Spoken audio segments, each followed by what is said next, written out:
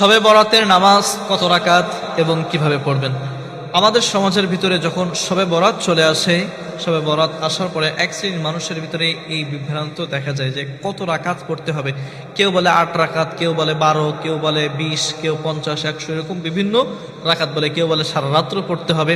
আসলে আসুন কোরআন সুন্নাহ এই বিষয় সম্পর্কে কি বলেছে আমরা জানার চেষ্টা করি। নবী করিম সাল্লাল্লাহু আলাইহি ওয়াসাল্লাম থেকে এরকম কোনো হাদিস পাওয়া যায় না, বা সাহাবা একরাম থেকে এরকম কোনো দলিল পাওয়া যায় না যে কত রাকাত নির্দিষ্ট কোনো সংখ্যা পাওয়া যায় না। কিন্তু আমাদের সমাজের ভিতরে কিছু বেদাতি মানুষজন এইটা প্রচলন করে ফেলেছে। সুতরাং এখন আপনাদের মনে হতে তাহলে কি আমরা নামাজ পড়বো না? হ্যাঁ, অবশ্যই পড়বেন। তাহলে কিভাবে পড়বেন? কারণ এটা হলো নফল নামাজ, আপনি যত খুশি তত পড়তে পারেন। 2 রাকাত করে করে আপনি পড়বেন, 4 রাকাত পড়তে পারেন, 8 রাকাত, 12, 14, 18, 20, আপনার সামর্থ্য যত কোলায় আপনি তত পড়তে পারেন। কিন্তু এই দিনকে কেন্দ্র করে নির্দিষ্ট কোনো নামাজ কোরআন এবং সুন্নাহর ভিতরে নাই, সহি কোনো বর্ণনায় পাওয়া যায় না। সুতরাং আপনারা বিভ্রান্ত হবেন না, আপনাদের সামর্থ্য অনুযায়ী আপনারা যা খুশি তাই পড়তে পারেন।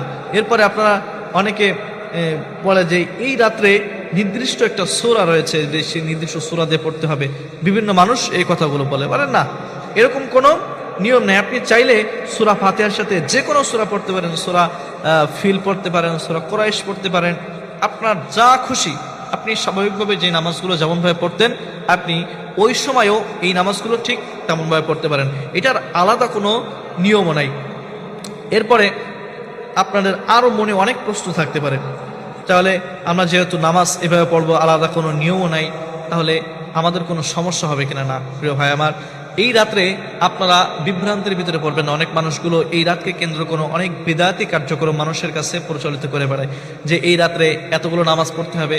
বা আরেকটা সমস্যা হয়ে যায়, মানুষ বলে যে যখন নামাজ পড়তে আসবা তার আগে তোমরা গোসল করে আসবা। যখন গোসল করে আসবা প্রত্যেকটা ফোঁটা থেকে যে পানিগুলো পড়বে এর মাধ্যমে তোমাদের গুনাহ খাতাগুলো ঝরে যাবে, নাউজুবিল্লাহ। এরকম একটা বেদাত, একটা প্রচলন আমাদের সমাজের ভিতরে রয়েছে। আপনারা নামাজ পড়তে আসবেন, নফল নামাজ আপনারা পড়বেন আপনাদের সামর্থ্য অনুযায়ী। আপনারা 2, 4, 6, 8, 12, 14 যার যেমন সামর্থ্য রয়েছে সেই অনুযায়ী আপনারা এটা পড়ার চেষ্টা করবেন। যে কোনো সূরা দিয়ে আপনারা পড়তে পারেন।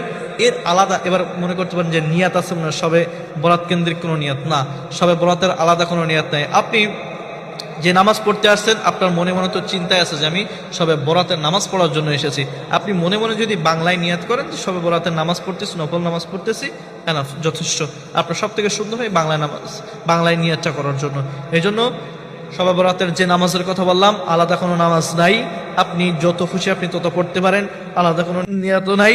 আপনার স্বাভাবিকভাবে বাংলায় আপনার মনের ভাষা অনুযায়ী আল্লাহ তাআলার কাছে ব্যক্ত করবেন। এভাবেই আপনাদের সাধ্য অনুযায়ী আপনারা নামাজ পড়বেন, কোরআন তেলাওয়াত করবেন, জিকির আজকার করবেন এই দিনে ইনশাআল্লাহ।